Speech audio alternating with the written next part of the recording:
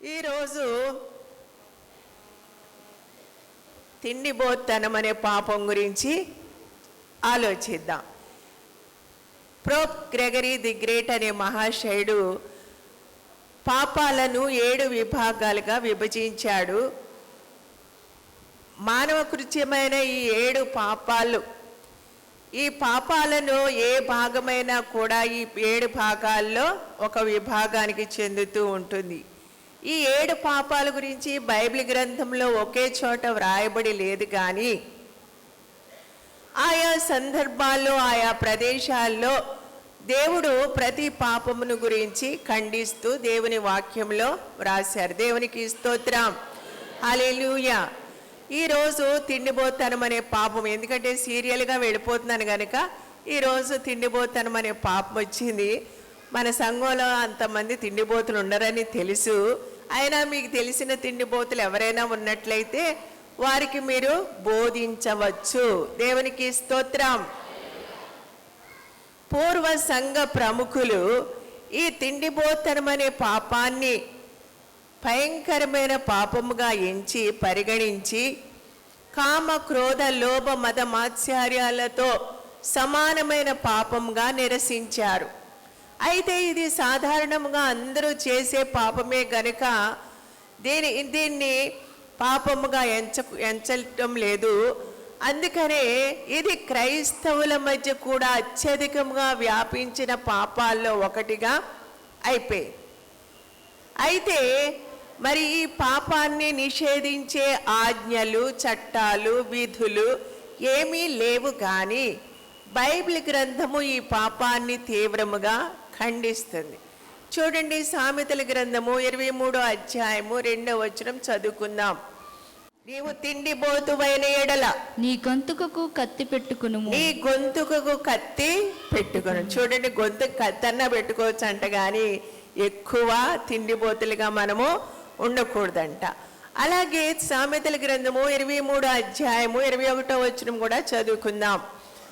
త్రాగుబోతులను తిండిబోతులను దరిద్రులగుదురు. త్రాగుబోతులను తిండిబోతులను దరిద్రులగుదురు. నిద్రమత్తు చింపి గుడ్డలకు కారణమగును. దేవునికి స్తోత్రం, హల్లెలూయా. ఈ తిండిబోతనాన్ని త్రాగుబోతనంతో సమానంగా పోలుస్తున్నాడు ఇక్కడ ప్రభు. తిండిబోతనం ఎంత పాపమో, త్రాగుబోతనము కూడా అంతే పాపము. అలాగే నిద్రమత్తుతనము కూడా అంతే పాపము. అందుచేత దేవుని వాక్యం ఏమని సెలవిస్తుందంటే, త్రాగుబోతులు తిండిబోతులు దరిద్రులు అగుదురు. కనుక మరి ఇక్కడ ఈ తిండిబోతనము, త్రాగుబోతనము, మితిమీరిన భోజన ప్రియత్వము, ఇవన్నీ కూడా మానవులను వేధించే మహాభయంకరమైన పాపాలతో సమానంగా దేవుని వాక్యము ఖండిస్తుంది. దేవునికి స్తోత్రం, హల్లెలూయా. ఫిలిప్పీ పత్రిక 4వ అధ్యాయము 19వ వచనం చూచినట్లయితే, నాశనమనే వారి అంతము, వారి కడుపే వారి దేవుడు. వారు తాము సిగ్గుపడవలసిన సంగతుల యందు అతిశయపడుచున్నారు. ఇక్కడ ఏమని చెప్తుందంటే, వారి కడుపే వారి దేవుడు, నాశనమే వారి అంతము. ఎవరెంతసేపు తిందుమో త్రాగుదుమో ధరించుకుందుమో అని ఆలోచిస్తూ ఉంటారో, వారి కడుపే వారి దేవుడిగా చూసుకుంటూ ఉంటారో, తిండిబోతనమైన పాపం ఉంటుందో వారికి నాశనమే అంతమంట. వారు సిగ్గుపడవలసిన సంగతులు యందు వారు అతిశయించుచున్నారు, భూ సంబంధమైన వాటి యందు మనస్సు నుంచుచున్నారు. అంటే తిండిబోతనము భూ సంబంధమైన విషయాలతో సమానము. దేవునికి స్తోత్రం, హల్లెలూయా. చూడండి, చాలామంది ఈ తిండిబోతనాన్ని ఘోరమైన పాపముగా పరిగణించరు. అయితే బైబిల్ గ్రంథంలో ఆది నుండి అంతము వరకు బైబిల్ గ్రంథం దీనిని ఖండిస్తుంది. మనం భోజనం చేసేటప్పుడు ఏమాత్రము క్రమశిక్షణ లేకుండా, నిగ్రహం లేకుండా తింటూ ఉంటే అది చావుకే కారణం. దేవునికి స్తోత్రం. అంత మాత్రమే కాదు, కానీ నరకానికి నాశనానికి తీసుకుని వెళ్ళడానికి మితిమీరి తింటున్నామన్న అవగాహన కలిగి ఉండాలి ప్రతి ఒక్కరూ. దేవునికి స్తోత్రం, హల్లెలూయా. ఎందుకంటే ఎక్కువగా తింటే బాగా లావైపోతాం. బాగా లావైపోతే జబ్బులన్నీ వస్తాయి. మరి చూడండి, బాగా లావుగా ఉన్న వారికి కీళ్ళ నొప్పులు, కీళ్ళ వాతం, అంతేకాదు మరి బీపీలు, షుగర్లు, అంతేకాదు ఇంకా గుండె జబ్బులు, గుండె నొప్పులు, అలాగే క్యాన్సర్ కూడా వస్తుందంట. కనుక మనము మితముగా తినాలని దేవుని వాక్యం మనల్ని హెచ్చరిస్తుంది. దేవునికి స్తోత్రం, హల్లెలూయా. ఒక తిండిబోతనమే కాదు కానీ త్రాగుబోతుతనము, మితిమీరిన భోజన ప్రియత్వము, అంతేకాకుండా రాత్రుళ్ళు నిద్రపోకుండా మితిమీరి తిరగడం, ధన వ్యామోహంతో మితిమీరి మరి వ్యాపార లావాదేవీలు చూచుకోవడం, అంతేకాదు సుఖభోగముల కొరకు తిరగడం, ఇటువంటి మితిమీరిన కార్యాలన్నీ కూడా శరీర ఆత్మలకు నష్టాన్ని, కలుషితాన్ని కలుగజేస్తాయి. కనుక మితిమీరి ప్రవర్తించడం వల్ల శారీరక ఆధ్యాత్మిక నష్టాన్ని పొందుకుంటారు. గనుక దేవుని వాక్యంలో అన్ని విషయముల యందును మితముగా ఉండమని దేవుని వాక్యము మనల్ని హెచ్చరిస్తుంది. దేవునికి స్తోత్రం, హల్లెలూయా.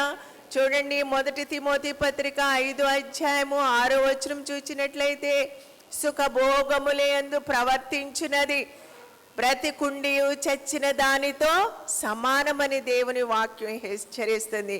కనుక మనము అన్ని విషయాల్లో మితముగా ఉండాలి కానీ తిండిబోత్తనము కానీ త్రాగుబోత్తనము కానీ, అంతేకాదు డ్రగ్స్, చాలామంది డ్రగ్ అడిక్ట్ అయిపోతూ ఉంటారు. మరి డ్రగ్స్, సిగరెట్లు, ఇటువంటి అన్నీ కూడా సమానమైన పాపాలు.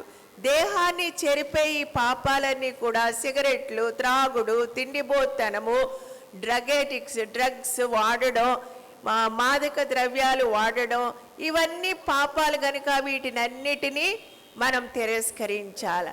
ఎందుచేతనంటే దేహము దేవుని ఆలయం. చూడండి, 1 కొరింథీ పత్రిక 6:19-21 చూసినట్లయితే, మీ దేహము దేవుని వల్ల మీకు అనుగ్రహింపబడి మీలో ఉన్న పరిశుద్ధాత్మకు ఆలయమై ఉన్నదని మీరెరుగరా. దేవునికి స్తోత్రం, హల్లెలూయా. ఈ దేహము దేవుని వల్ల మనకు అనుగ్రహించబడి పరిశుద్ధాత్మకు ఆలయమని మీరెరుగరా. ఎరగకుండా ఒకటే తినడం, త్రాగడం, మరి అపవిత్రపరుచుకోవడం, ఇటువంటి అన్ని పాపముతో సమానం గనుక ఇది దేవుని ఆత్మకు నిలయమైన ఈ దేహాన్ని ఎవడైనను దేవుని ఆలయాన్ని పాడు చేస్తే నేను వానిని పాడు చేస్తానంటున్నారు ప్రభు.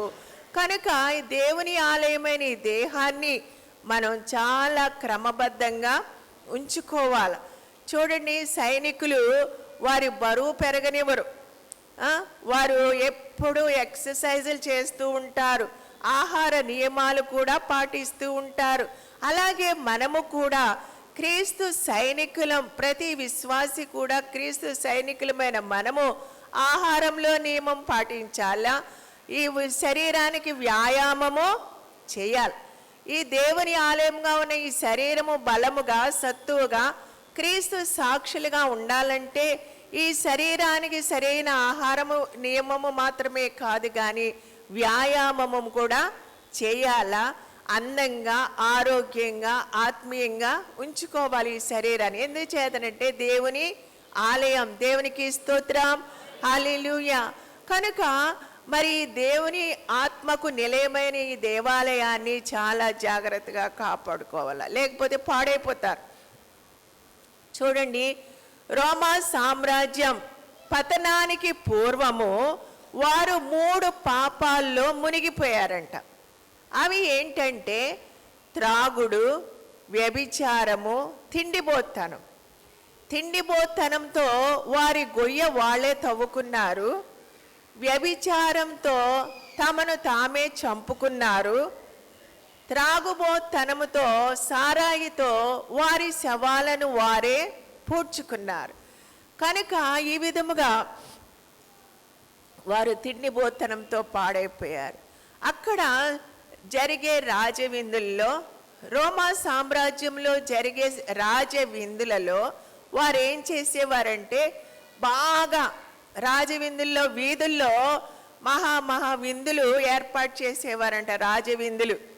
ఆ విందుల్లో మరి చూడండి, ఫ్రీగా వస్తే ఫినాయిల్ అయినా తాగేస్తారు అని చెప్పుకుంటారు కదా, అలాగే అక్కడ భోజనం కనబడేటప్పటికి బాగా తినేసి, మితిమీరి తినేసి, అది చాలదన్నట్టుగా కిటికీల దగ్గరికి వెళ్ళిపోయి వేలు నోట్లో పెట్టుకుని కక్కేసి మరలా వచ్చి మరలా బాగా తింటారట. ఇటువంటి దృశ్యం అక్కడ సామాన్యంగా కనబడే దృశ్యంగా ఉంటుంది. ఈ రోమా సామ్రాజ్యంలో ఉన్న ప్రజలు కడుపును బాగా నింపుకొని ఆత్మను పస్తు పెట్టారు గనక ఆ దేశము పతనమైపోయింది. ఏ వ్యక్తి అయినా, ఏ దేశమైనా తిండిబోతనానికి, త్రాగుబోతనానికి వశమైన వారెవ్వరూ కూడా దేవుని దయను, దేవుని ఆశీర్వాదాలు పొందుకోలేరు. దేవునికి స్తోత్రం, హల్లెలూయా. మీరు కూడా లావుగానే ఉన్నారు కదండి, ఏంటండి చెప్తున్నారు అనుకోవచ్చు. అయితే నిజమే, నేను ఇంకా లావుగా ఉండేదాన్ని. మరి దేవుడు నాతో మాట్లాడినందుకు మరి నేను చాలా తగ్గించుకుంటున్నాను, ఇంకా తగ్గుతాను. దేవునికి స్తోత్రం, హల్లెలూయా. కనుక ఇది తిండిబోతనము, త్రాగుబోతనము కి వశమైన ఏ దేశమైన వ్యక్తి అయినా మరి దేవుని ఆశీర్వాదాలు పొందుకోలేరు. దేవునికి స్తోత్రం, హల్లెలూయా. కనుక మరి ఇక్కడ రోమా సామ్రాజ్యము పతనమైపోయింది. అందుకే యేసుక్రీస్తు ప్రభువారు అంటున్నారు, ఏమి తిందుమో, ఏమి త్రాగుదుమో, ఏమి ధరించుకుందుమో అని చింతింపకుడి. మీకేమి కావాలో అవి ప్రభువుకు తెలుసు. అయితే మొదటిగా నా రాజ్యము, నా నీతిని వెదకండి. మత్తయి సువార్త 6:33 చదవక్కర్లేదు. కనుక మనం ఎంతసేపు ఏమి తిందుమా, ఏమి త్రాగుదుమా, ఏమి ధరించుదుమా అని, లేకపోతే ఏం సంపాదించుకుందుమా అని ఈ లోక విషయాలు, భూ సంబంధమైన విషయాల మందే మనము ఆసక్తి చూపించకూడదు. ఎందుకంటే ఇంతలో కనబడి అంతలో మాయమైపోయి ఆవిరి వంటి వారము. చూడండి, లూకాసు వార్త 12 ఒక ధనవంతుడు బాగా సంపాదించుకొని అతని కొట్లు నింపుకొని ఆ రాత్రి ఏమనుకుంటాడు, నా ప్రాణమా తినుము, త్రాగుము, సుఖించుము అంటే అప్పుడు ప్రభు ఏమన్నారు, ఓయి వెర్రివాడా, ఈ రాత్రి నీ ప్రాణమును అడుగుచున్నాను, నీ ప్రాణమును అడుగుచున్నాను, నీవు సిద్ధపరిచినవి ఎవని వగునని వానితో చెప్పాను. కనుక ఎంతసేపు ఏమి తిందుమా, ఏమి త్రాగుదుమా, ఏమి ధరించుకుందుమా, ఏమి సంపాదించుకుందుమా అని చింతింపవద్దు. ఒకవేళ ఈ రాత్రి వేళ ఈ సమయంలో మరణిస్తే నీవెక్కడ ఉంటావు, నీ స్థానం ఎక్కడ ఉంటుందని కూడా మనము ఆలోచించాలి. అందుకే ప్రభు అన్నారు, మొదటిగా మీ ప్రాధాన్యత ఇవ్వాల్సింది ఆయన రాజ్యమును, నీతిని వెదకండి, అప్పుడు అవన్నీ మీకు అనుగ్రహించబడును. దేవునికి స్తోత్రం, హల్లెలూయా. మనము మన జీవితాలను ప్రభుకి సమర్పించాల. ప్రభు ఇచ్చిన అపోస్తల కార్యంలో అంటాడు కదా, అన్ని విషయాల్లో నాకు స్వాతంత్ర్యము కలదు కానీ అన్ని నువ్వు చేయదగినవి కావు. ఆహారం ఉంది కదా అని తినడము మాత్రము కాదు, కానీ మనము వారానికి ఒక్కసారైనా ఉపవాసముండి ప్రార్థన కూడా చేయాలి. దేవునికి స్తోత్రం, హల్లెలూయా. వారానికి ఒక్కసారైనా చూడండి, మరి ఈ ఫిబ్రవరి నెలలో 10వ తారీఖు నుండి లెంట్ డేస్ వస్తున్నాయి. లెంట్ డేస్ శ్రమ దినాలని ప్రపంచంలోని క్రైస్తవులందరూ పాటిస్తున్నారు. మరి మనము కూడా మన హృదయాలను సిద్ధపరచుకోవాలి. ఈ లెంట్ డేస్లో చాలామంది ఒక పూట ఉపవాసం ఉండి ప్రార్థనలు చేస్తూ ఉంటారు, దేవునికి సమయాన్ని కేటాయిస్తూ ఉంటారు. మన చర్చిలో ఈ లెంట్ డేస్ కొరకు ఎర్లీ మార్నింగ్ ప్రేయర్స్ ఉన్నాయి. ఎర్లీ మార్నింగ్ ప్రేయర్స్కి రావచ్చు మీకు అనుకూల సమయాన్ని బట్టి. ఒకవేళ ఎర్లీ మార్నింగ్ ప్రేయర్కి రాలేని వారు ఉదయం 11 గంటల నుండి చర్చిలో మరి ఒక ప్రార్థనా కూడిక ఉంటుంది, దానికైనా రావచ్చు.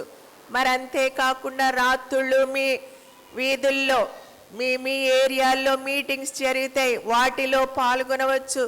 ఏది ఏమైనా సమయాన్ని దేవునికి కేటాయించాలి. దేవునికి స్తోత్రం, హల్లెలూయా. మరి నేను చెప్పాను కదా, వారానికి కనీసం ఒక్క పూటైనా దేవుడు వారంలో 7 రోజులు ఇచ్చారు.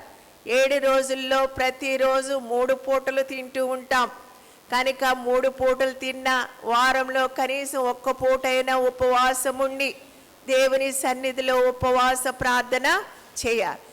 చూడండి, మరి ఉపవాస ప్రార్థన చాలా ప్రాముఖ్యమైనది.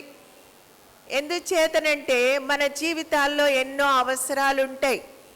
జకర్యా గ్రంథము 8వ అధ్యాయము 19వ వచనం చదవండి. సైన్యములకు అధిపతియగు యెహోవా, సైన్యములకు అధిపతియగు యెహోవా ఆజ్ఞ ఇచ్చినదేమనగా, ఆజ్ఞ ఇచ్చినదేమనగా. దేవునికి స్తోత్రం. ఆయన ఆజ్ఞ ఇస్తున్నారంటే ఆజ్ఞాతిక్రమమే పాపం. ఆయన ఆజ్ఞ ఇచ్చినదేమనగా 4వ నెలలోని ఉపవాసము, చదవమ్మ. 5వ నెలలోని ఉపవాసము, 7వ నెలలోని ఉపవాసము, 10వ నెలలోని ఉపవాసము, యూదా ఇంటి వారికి సంతోషమును ఉత్సాహమును పుట్టించు మనోహరములైన పండుగలను. కాబట్టి దేవునికి స్తోత్రం, హల్లెలూయా.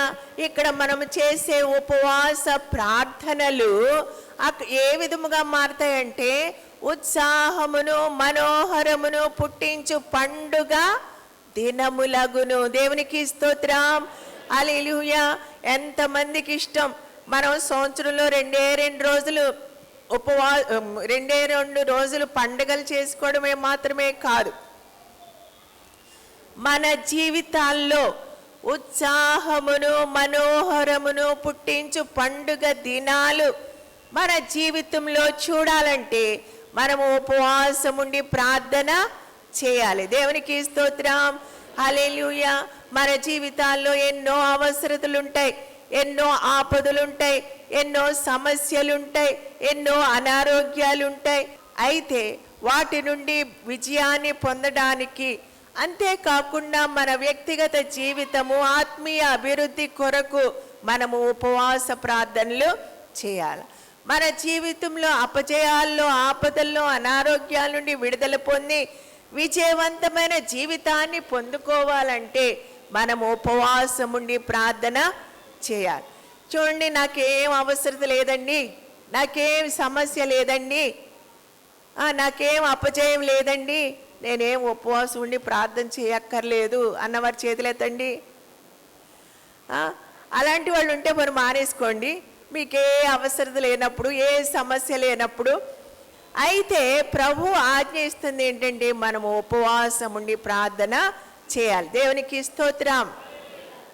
మనము ఉపవాసం ఉండి ప్రార్థన చేసినప్పుడు కేవలం భోజనం మానేసి ఇటు అటు తిరగడం కాదు.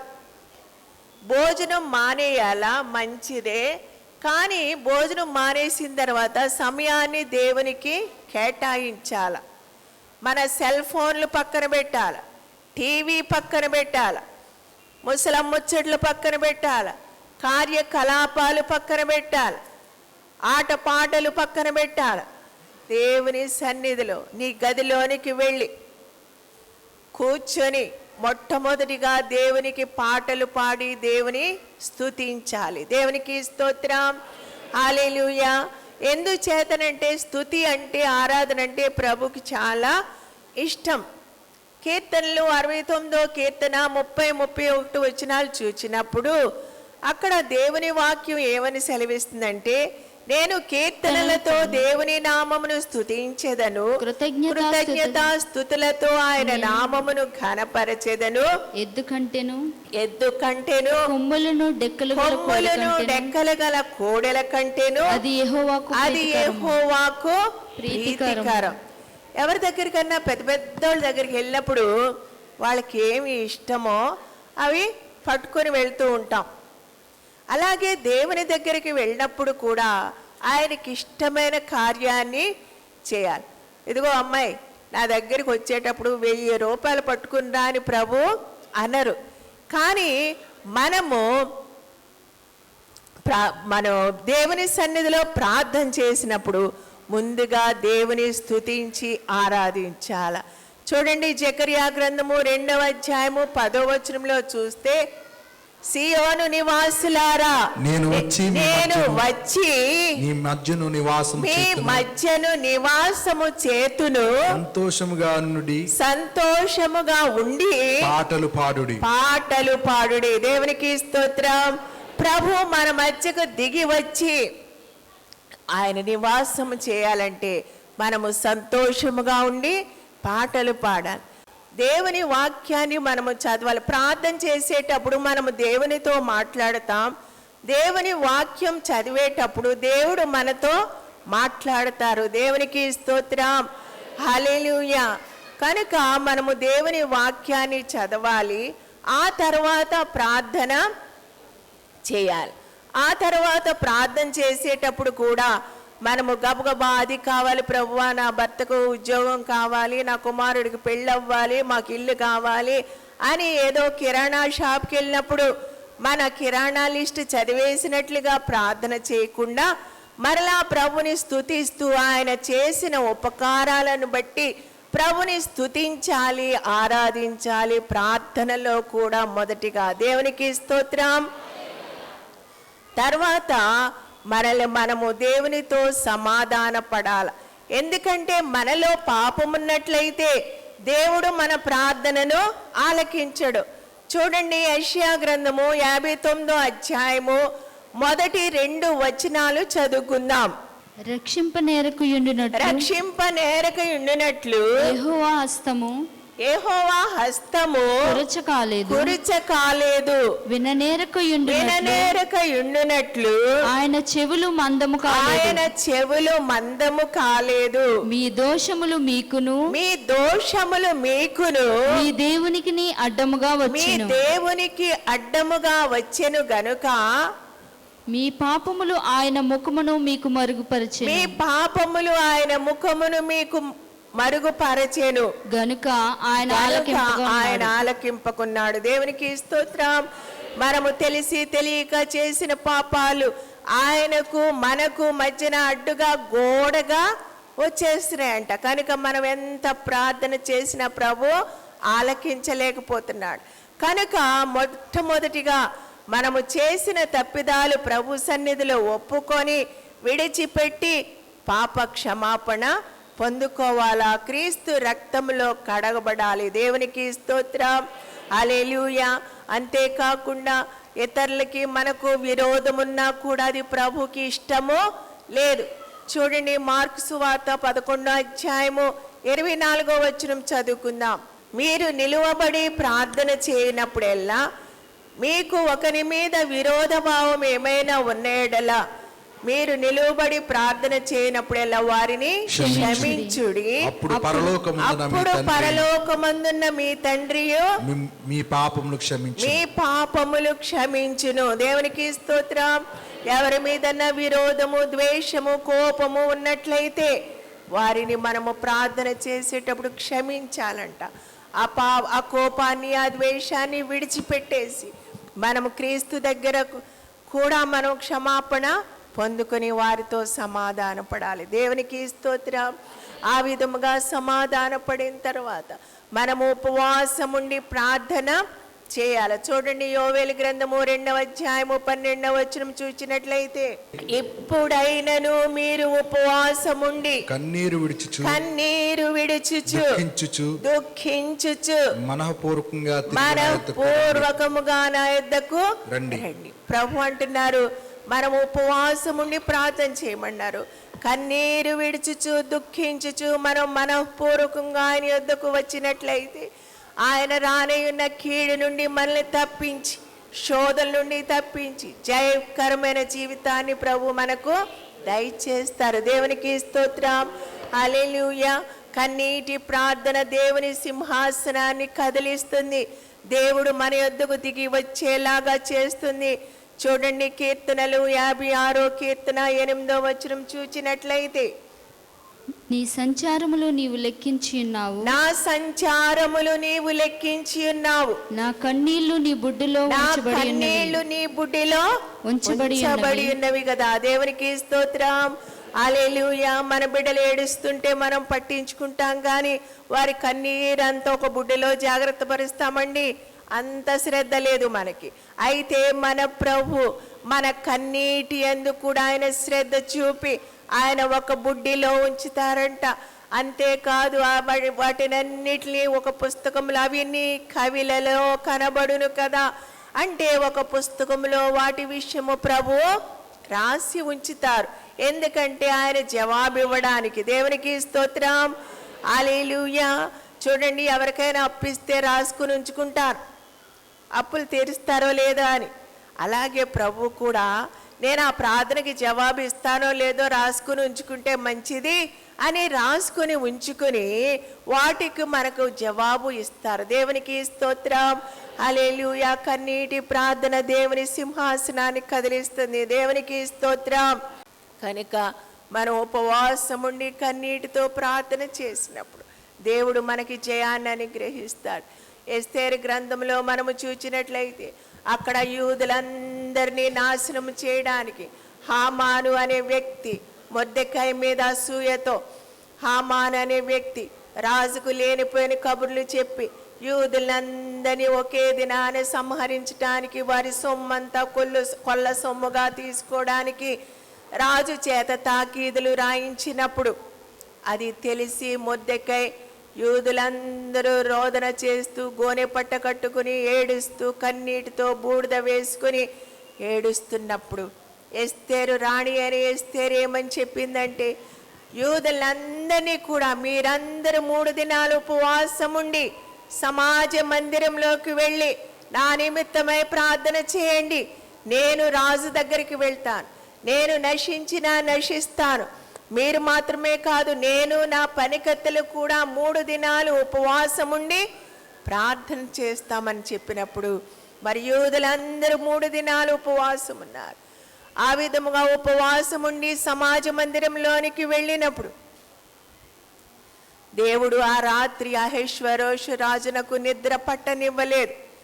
ఏంటి నిద్ర పట్టట్లేదని ఆ రాజకోట గుమ్మం దగ్గర ఉండే ఒక పుస్తకాన్ని, రాజు విషయాలు రాసే పుస్తకాన్ని అతడు రప్పించుకుని చూచినప్పుడు దానిలో మొర్దెకై రాజును రక్షించిన విధానము, అంతేకాకుండా రాజును 2 షండులు చంపడానికి ప్రయత్నం చేసినప్పుడు ఆ విషయం మొర్దెకైకి తెలిసి ఏ విధముగా రాజునకు తెలియజేసి ఆ 2 షండుల ఆలోచనను పాడు చేసి రాజును రక్షించాడో ఆ విషయం ఆ పుస్తకంలో వ్రాయబడి ఉంది. ఆ తర్వాత రాణి రాజునొద్దకు వెళ్ళి విందుకు ఆహ్వానించి ఈ విధముగా హామాను ద్వారా మా యూదులందరినీ నాశనం చేయడానికి తాకీదులు రాయించాడు రాజా అని చెప్పినప్పుడు రాజు మరలా తిరిగి తాకీదులు రాయించాడు. మొర్దెకై చేసిన ఘనకార్యాన్ని బట్టి మొర్దెకైని హెచ్చించడానికి ఆలోచన చేశాడు. దేవునికి స్తోత్రం. హల్లెలూయా. చూడండి, ఎస్తేరు గ్రంథము 8వ అధ్యాయము 15వ వచనం నుండి చూచినట్లయితే అప్పుడు మొర్దెకై ఓదా వర్ణమును తెలుపు వర్ణమును గల రాజవస్త్రమును ధరించి బంగారు పెద్ద కిరీటమును అవిసేనారుతో చేయబడిన ధూమ వర్ణము గల. దీని ముందు హామాను మొర్దెకైని చంపడానికి ఒక ఉరి కొయ్యను కూడా సిద్ధం చేయించాడు. అయితే దేవుడు ఉపవాస ప్రార్థన ద్వారా పరిస్థితులను తారుమారు చేశాడు. దేవునికి స్తోత్రం. హల్లెలూయా. ఉపవాస ప్రార్థన నీ పరిస్థితిని మారుస్తుంది, నీ స్థితిని మారుస్తుంది. మరి ఇక్కడ మొర్దెకై యొక్క పరిస్థితిని మార్చి ఉరి కొయ్య సిద్ధముగా ఉన్న మొర్దెకైకు దేవుడు మరి రాజవస్త్రాలు ధరింపచేసి బంగారు కిరీటాన్ని పెట్టించారు. మరి రాజు వెళ్ళే ఆ గుర్రం మీద అతన్ని ఎక్కించి ఊరేగించారు. దేవునికి స్తోత్రం. హల్లెలూయా. ఇంకా చదువమ్మా. ధూమ్రవర్ణము గల వస్త్రములను ధరించుకున్న వాడై రాజ సముఖము నుండి బయలుదేరెను. అందు నిమిత్తము షూషాను పట్టణము ఆనందించెను, సంతోషముందెను. దేవునికి స్తోత్రం. అంతకు పూర్వము షూషాను పట్టణంలో ఉన్న యూదులందరూ కూడా ఏడుస్తూ బూడిద చల్లుకుని గోనె పట్ట కట్టుకుని కన్నీటితో రోదన చేశారు. అయితే ఉపవాస ప్రార్థన చేసిన తర్వాత దేవుడు వారి పరిస్థితిని మార్చి వారికి ఆనందమును సంతోషమును ధరింపచేశాడు. ఇంకా చదువమ్మా. మరియు యూదులకు క్షేమమును ఆనందమును సంతుష్టియు ఘనతయు కలిగెను. దేవునికి స్తోత్రం. హల్లెలూయా. మన జీవితాల్లో కూడా క్షేమము, సంతుష్టి, ఆనందము, ఘనత రావాలంటే ఉపవాసం ఉండి ప్రార్థన చేయాలి. మనకు ఆహారం ఉంది కదా తినడానికని వారంలో 7 రోజులు 7 మూళ్ళు 21 పూట తింటూ కూర్చోకుండా తిండిపోతన అనే పాపాన్ని ప్రక్కన పెట్టి వారంలో కనీసం 1 పూటైనా ఆహారమును త్యజించి ఉపవాసం ఉండి ప్రార్థన చేసినట్లయితే నీ అపజయాలు, నీ అనారోగ్యాలు, నీ ప్రతి సమస్య నుండి దేవుడు విడుదల చేసి నీకు విజయవంతమైన జీవితాన్ని ప్రభు దయచేస్తారు. దేవునికి స్తోత్రం. హల్లెలూయా. కనుక ప్రతి ఒక్కరూ కూడా మన జీవితాలు ప్రభుకి సమర్పించుకుందాం. ఎంతసేపు ఏమి తిందుమో, ఏమి త్రాగుదుమో, ఏమి ధరించుకుందుమో అని కాకుండా ప్రభువా నీ సన్నిధిని వెతుకుతానయ్యా, నీ బలమును వెతుకుతానయ్యా, నీ ప్రభావమును వెతుకుతానయ్యా అని మరి లెంట్ డేస్లో ప్రవేశిస్తున్న మనం మన జీవితాలు ప్రభుకి సమర్పించుకుని ఉపవాసముండి ప్రార్థన చేసి విజయవంతమైన జీవితాలు జీవించటానికి సంతోషమును, ఆనందమును, మనోహరమును, ఉత్సాహమును పుట్టించు మనోహరమైన పండుగ దినాలు మన జీవితంలో చూడాలని ప్రతి ఒక్కరూ ఎదురు చూడాలి. దేవునికి స్తోత్రం. హల్లెలూయా. అయ్యో నాకు బీపీ ఉందండి, అయ్యో నాకు షుగర్ ఉందండి, లేకపోతే ఎన్ని రోజులైనా ఉపవాసం ఉండేదాన్నండి అని చెప్పొద్దు. నాకు బీపీ ఉంది, షుగర్ ఉంది, అయినా నేను వారంలో 1 పూట ఉపవాసం ఉండి ప్రార్థన చేస్తాను. మరి ఆ విధముగా ఉపవాసం ఉన్నప్పుడు నేను షుగర్ బిళ్ళలు వేసుకోను. ఆ విధముగా నేను ఉపవాసం ఉండి ప్రార్థన చేస్తాను. కనుక దేవుడు నా జీవితంలో ఎన్నో మేళ్లతో నన్ను నింపారు. దేవునికి స్తోత్రం. హల్లెలూయా. మీ జీవితంలో కూడా ప్రభు ఆశీర్వాదాలు దీవెనలతో నింపాలంటే ఉపవాసం ఉండి ప్రార్థన చేయండి. కళ్ళు మూసుకోనండి, ప్రార్థన చేద్దాం. ఎవరైనా ఆ విధముగా నేను వారానికి 1 పూటైనా ఉపవాసం ఉండి ప్రార్థన చేస్తాను అన్నవారు ఉన్నట్లయితే మీ చేతులు పైకెత్తండి, మీ కొరకు ప్రార్థన చేస్తాను. హల్లెలూయా, హల్లెలూయా, హల్లెలూయా, హల్లెలూయా, హల్లెలూయా, హల్లెలూయా. యేసయ్యా మీకు వందనాలు, మీకు స్తోత్రం, మీకు స్తోత్రం, మీకు స్తోత్రం. త్రాగుబోతనం అనే పాపాన్ని విసర్జించండి. సిగరెట్లు త్రాగడం అనే పాపాన్ని విసర్జించండి. తిండిబోతనం అనే పాపాన్ని విసర్జించండి. భోజనం చేసేటప్పుడు నిగ్రహము, క్రమశిక్షణ కలిగి జీవించాలి. అడ్డు అదుపు లేని మితిమీరి తినడం అది మరణాన్ని కొని తెచ్చుకోవడమే అవుతుంది. కనుక మన ఆహారం విషయంలో క్రమశిక్షణ, నిగ్రహం ఉండాలి. అలాగే త్రాగుబోతనానికి దూరముగా ఉండాలి. సిగరెట్ స్మోకింగ్కి దూరముగా ఉండాలి. మాదక ద్రవ్యాలు, డ్రగ్స్కి దూరముగా ఉండి దేవుని ఆత్మకు నిలయమైన దేహాన్ని పవిత్రముగా, ఘనముగా, ఆరోగ్యముగా, అందముగా ఉంచుకోవలసిన బాధ్యత ప్రభు ఒక్కరి మీద ప్రభు పెట్టారు. దేవునికి స్తోత్రం. హల్లెలూయా. చేతులెత్తిన వారు లేచి నిలబడండి, మీ కొరకు ప్రార్థన చేస్తాం.